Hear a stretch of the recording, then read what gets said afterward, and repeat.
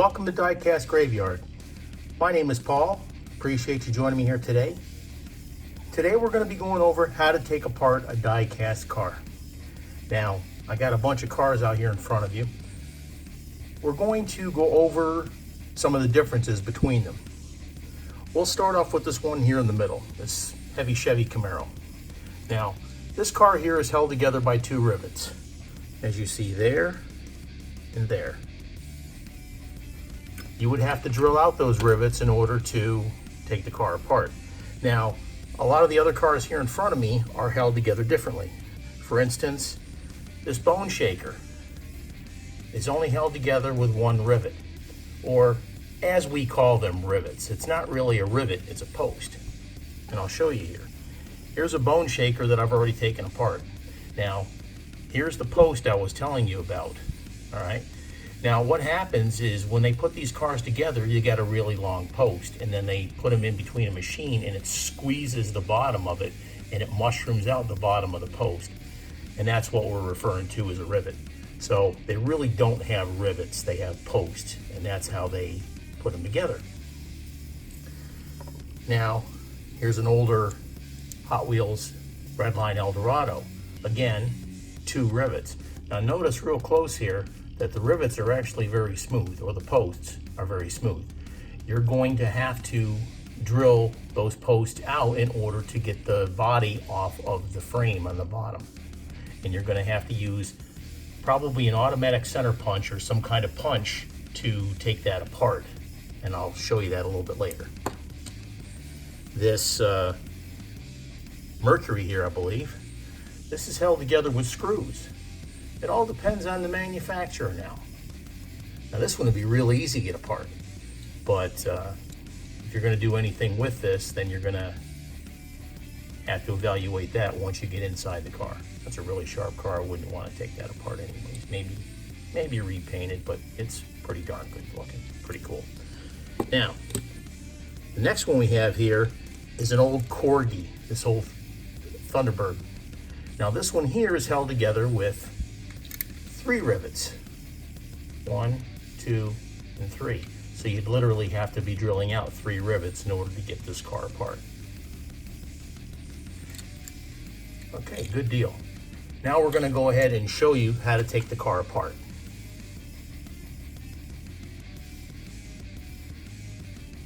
Here we've got the bottom of that heavy Chevy Camaro. You're gonna have to find the center of these posts, or these rivets here, and that's what we're gonna drill out. Now we're gonna use an automatic center punch to do that. So once I've found the center of this, let me go ahead and zoom in here a little bit for you. And you're gonna have to be real careful with this when you find it. All right, now I've went ahead and I've marked it ahead of time, but you need to make sure you're on the exact center, and then, all right. And you do the same thing to the other one here. Now we can drill. When I go to drill these rivets out, I get the small drill bit so I don't wipe out the post, and I don't go too deep. So there's my center punch mark, and I'm gonna go ahead and drill, but I'm gonna do it real slow here, okay? It's a little bit hard to maneuver behind a camera here. There we go. All right, so.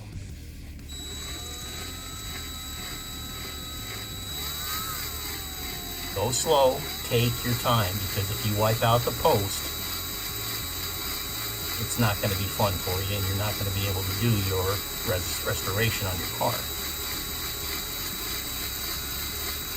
Don't go too deep initially here.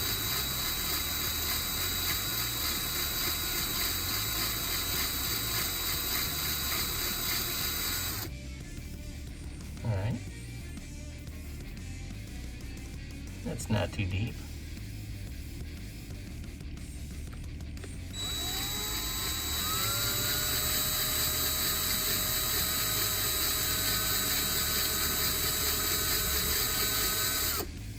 All right, that should be just about right there. Then you're gonna go ahead and change your drill bits out.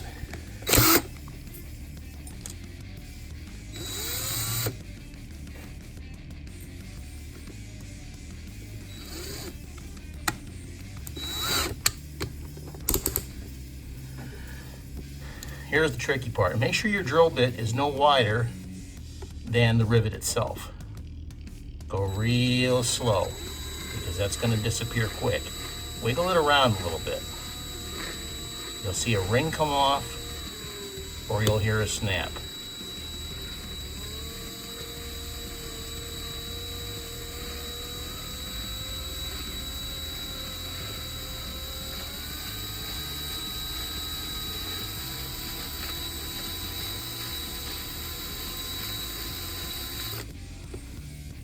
Just about there.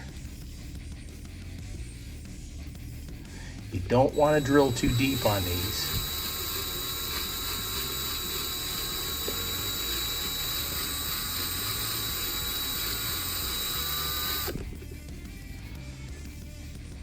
It's pretty darn close.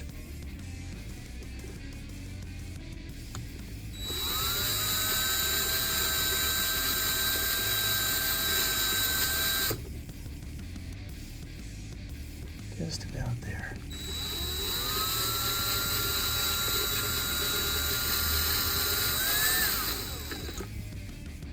All right.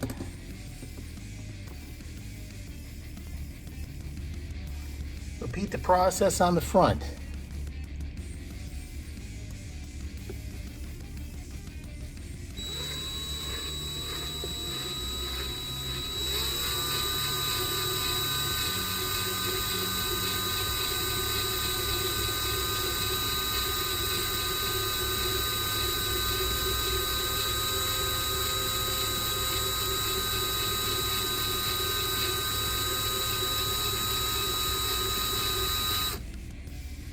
A little bit more.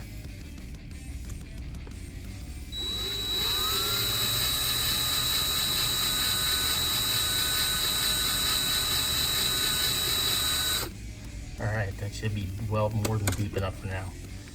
Go ahead and change out your drill bit.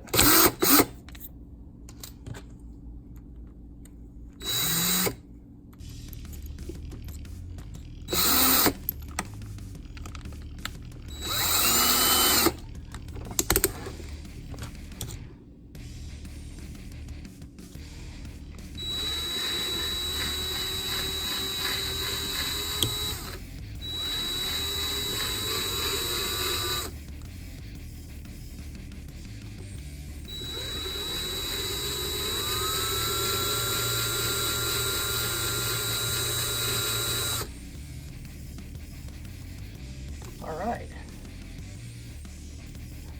Now that we've gone ahead and got these things drilled out, let's go ahead and take it apart. Get yourself a small screwdriver or something without bending the wheels, or as best as you can, and just pop that thing off there. All right. Popped off really good. Let's go ahead and take out the interior and your windshield. All right, now your posts are in pretty good shape. We're gonna have to file the edges down on those. So let's go ahead and do that. Now that you've got your car apart, you need to file down these posts and make them a little bit flatter. So let's go ahead and do that.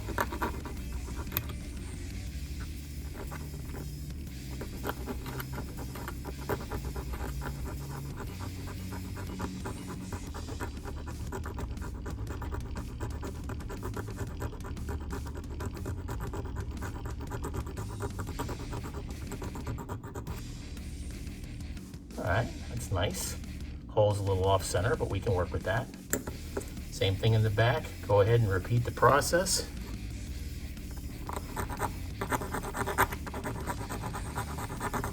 You don't want to file them down too much, because if you do, when you go to put your screw in to put your car back together, it's going to be too far away from the base of the car, and you're not going to be able to get the screw in there. All right.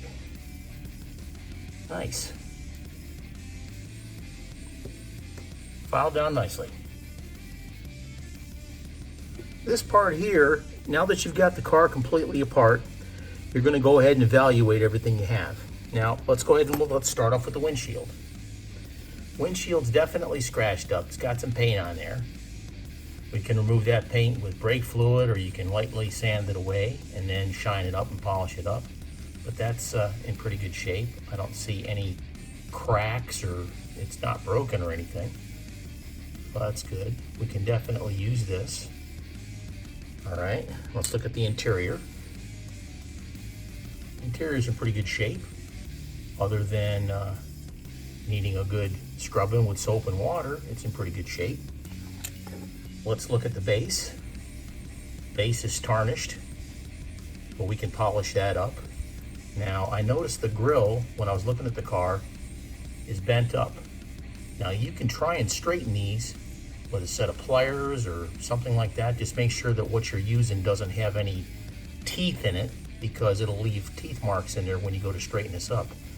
Now, the one thing about these Hot Wheels is if you try to straighten up a metal part, you need to do it extremely slow and take your time, because you're still liable to break it. I'm gonna straighten this up some, but I'm not gonna straighten it up too much because I'm afraid it'll snap. All right, so the wheels are in good shape. The axles seem to be in pretty good shape, and I take that back, the wheels are not in good shape. I meant the bearings are in good shape. We're still gonna have to snip these wheels off and replace them with new ones. We're gonna have to brush this up with a Dremel to make it nice and clean. Maybe soak it in the CLR and water for 4 minutes to help take off some of that oxidation. Now, here's the big one, the body. We're looking at the body, and it's obviously been painted. It looks like this car was blue at one time, or the original color. Somebody went ahead and painted it red. Now, one of the things I did notice here is that this pillar is broken. You can see right there. Same thing over here. This pillar is broken. So we're gonna have to go ahead and super glue those back together using a mixture of super glue and sprinkle it with baking soda to make it nice and tough. We're also gonna have to drill out this rivet that's holding the motor together. Now again, you wanna take your time with it, because these motors don't have a lot of meat to them. And you'll drill right through and you won't have anything to screw in. You're liable to wind up gluing your engine back into your car. All right, so this is what you're doing when you're taking your car apart. You're evaluating what you have to see if you have to order any parts, like any windshields, or potentially maybe get a donor car or something along those lines. Now, let's go ahead and continue on with the next step, and that's drilling out the posts. On to the next step, we're gonna go ahead and drill out these posts. Now, one of the things you're gonna need to worry about here is, how deep do I drill? Now, some people put a piece of tape with as deep as they can drill. They'll put a piece of tape over the top of the drill bit so they know when to stop. I just go by eye and take it out occasionally and check the depth on this. Now, the rear post is a lot deeper, so you're really not gonna have to go that deep. So let's go ahead and drill out this post here. I've already gone ahead and punched the hole in the centers, or close to the center as I can. So let's go ahead and drill these out. Again, take your time and go slow. If your hole is off center, or your punch is off center, you may be able to adjust the body of the car so you're drilling at an angle. Sometimes that's the best you can do.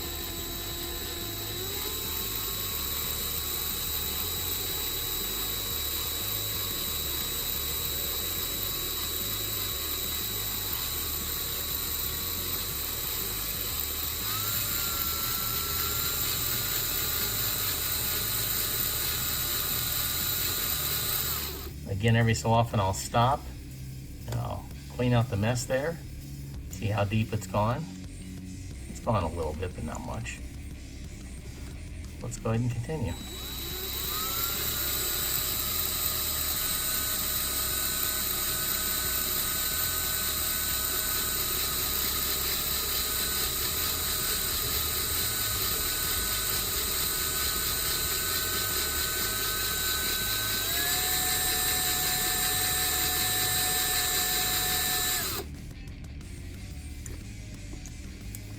Clean it off, and here's what I meant by this.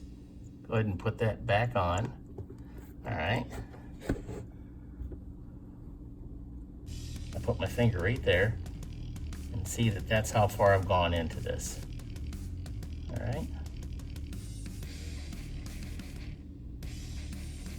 So we got a little bit more we need to go. I'm not going to bore you with this. I'm going to go ahead and continue and finish it and then show you the results. Now we're ready to tap the holes to accept the screws to put the car back together. The nice folks at Bright Vision have come up with a kit here. This is a 1/72 tap. Here's your tap right here with a little handle that comes with the kit.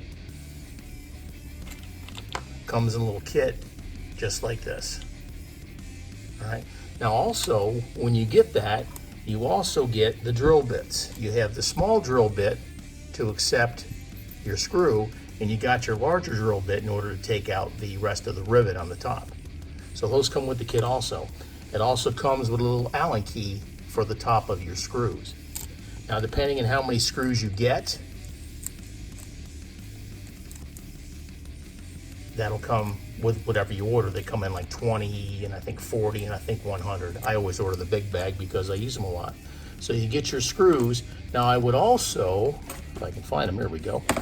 I would also order some washers too, all right? Because sometimes if you get a little bit overzealous with your drilling on your body or your base, you're liable to make that hole a little bit too big and your drill bit will go right through it. So those washers will definitely help you out. Now, we've gone ahead, like I said, and we've drilled out these posts. Now we're gonna go ahead and tap it with this 1/72 tap. Off the side here, I've got a little bit of oil, and I'm gonna put that on the end of my tap. Oops, sorry about that. All right. And then I'm gonna go ahead and tap out the posts. Once you get going, it's pretty easy. Now go in a little bit.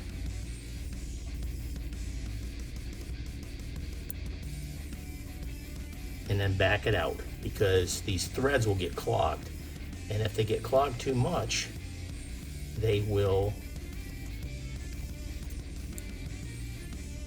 snap your tap off inside the hole, and that'll really ruin your day. So then go ahead and go back in, try and finish it off.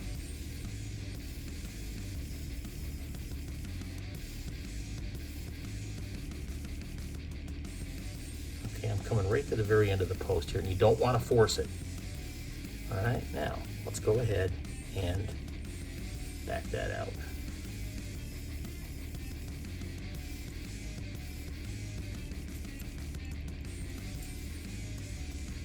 All right, now let's go ahead and dip the end of the tap in that oil again. I use WD-40 for this. Now you haven't got far to go here because it's a short post.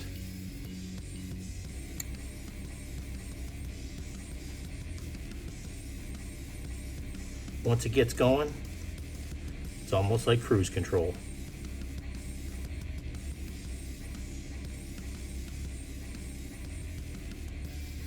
Again, this is a short post. We're getting right to the end there. Okay, like I said, you don't want to force it down. So go ahead and back it out. Now they do make shorter screws also. These ones I believe are 1/8. So there is a chance you may have to file these down a little bit.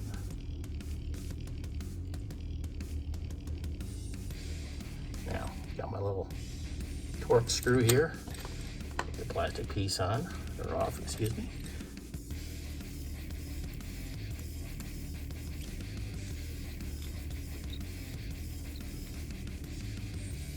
Perfect, look at that. Perfect. Well, let's go ahead and put the other one in too, just so you can see that it was done.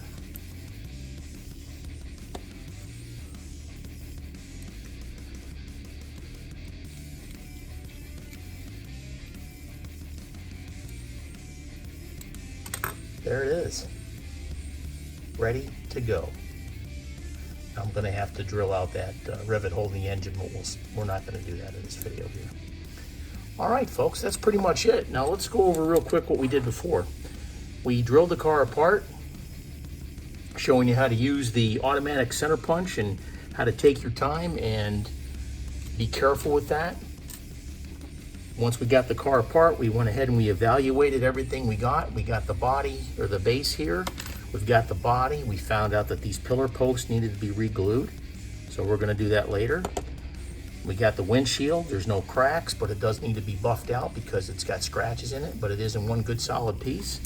And we got the interior. This is nice and in good shape, but we just need to clean it up with soap and water, maybe an old toothbrush. Don't tell your wife you're using her toothbrush and just put it back. All right, and then we went over the tapping set by the nice folks at Bright Vision. Now I'll have a link to in the description where you can buy these things, but for now, just go ahead and do brightvisionwheels.com and you can order these things. They do make a 256 tap set. They also make this 172nd tap set. Now I like the 172nd tap set because it's a lot smaller hole, but it's just as strong. And if you've got a really thin or skinny post, this is the way to go. The 256 just makes too big of a hole in it, and it's you may increase your chance of breaking that hole as you drill it out. I appreciate your time. Thank you very much for joining me today. We're going to have a few more videos here on how-tos. The next video out is going to be how to prepare your car for painting. So without further ado, we're going to say goodbye here and keep on customizing. We'll see you back on the next episode. Cheers.